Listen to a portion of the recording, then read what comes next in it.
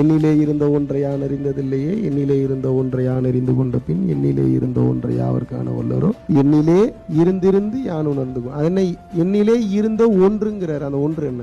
இறைவன் அர்த்தம். அவன் கோட் வேர்ட்ஸ் தான் யூஸ் பண்ணுவான். ஏன்னா இறைவன் சில நேரத்தில் அகங்காரமா தெரியுது. அதனால அகங்காரம் பாருங்க, சித்தர்களுக்குள்ளேயே அந்த பஞ்சாயத்து இருந்திருக்கு. சில நேரத்தில் இறைவன் வெளிப்படுத்தணும், அந்த நேரத்தில் எந்த வார்த்தை போடுறதுன்னு தெரியாது. அதுன்னு போடுவாங்க, இல்லாட்டினா ஒன்றுன்னு போடுவாங்க, ஒலின்னு போடுவாங்க.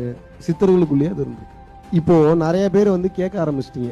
கொஞ்சம் நான் பிராக்டிக்கல் திங்க் வரேன். இப்போ உங்களுக்கு ஆன்மா எவ்வளவு முக்கியன்றது புரிஞ்சு. இப்போ நான் பிராக்டிக்கல் பேசுறேன், இப்போ பொருளாதாரம் பேசுறேன். கர்மால ஏகப்பட்ட கர்மா வச்சிருக்கீங்கன்னா, மறுபடியும் சொல்றேன், நீ எவ்வளவு ஜீவகாருண்யம் பண்ணாலும் உங்களுக்கு பொருள் சேர்றதுக்கு ரொம்ப லேட் ஆகும்.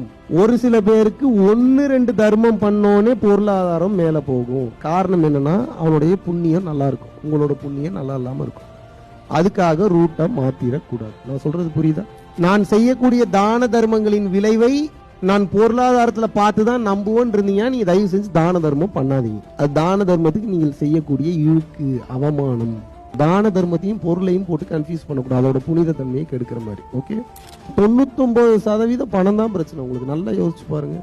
ஒரு 1%, 2% தான் உங்களுக்கு மனமே பிரச்சனை. ஒரு கணவனோ மனைவியோ 1000 ரூபாய் சம்பாதிக்கும் போது இருக்கக்கூடிய மரியாதையும் 100 கோடி ரூபாய் இருக்கும்போது இருக்கக்கூடிய மரியாதையும் ஒன்னா. நீங்க எவ்வளவு பெரிய ஞானியா வேணா இருங்க, உங்களால ஒரே மாதிரி பார்க்க முடியுமா? பிரபஞ்சத்திற்கு தெரியும் உங்களோட விதிப்படி உங்களுக்கு என்ன நடக்க போகுது.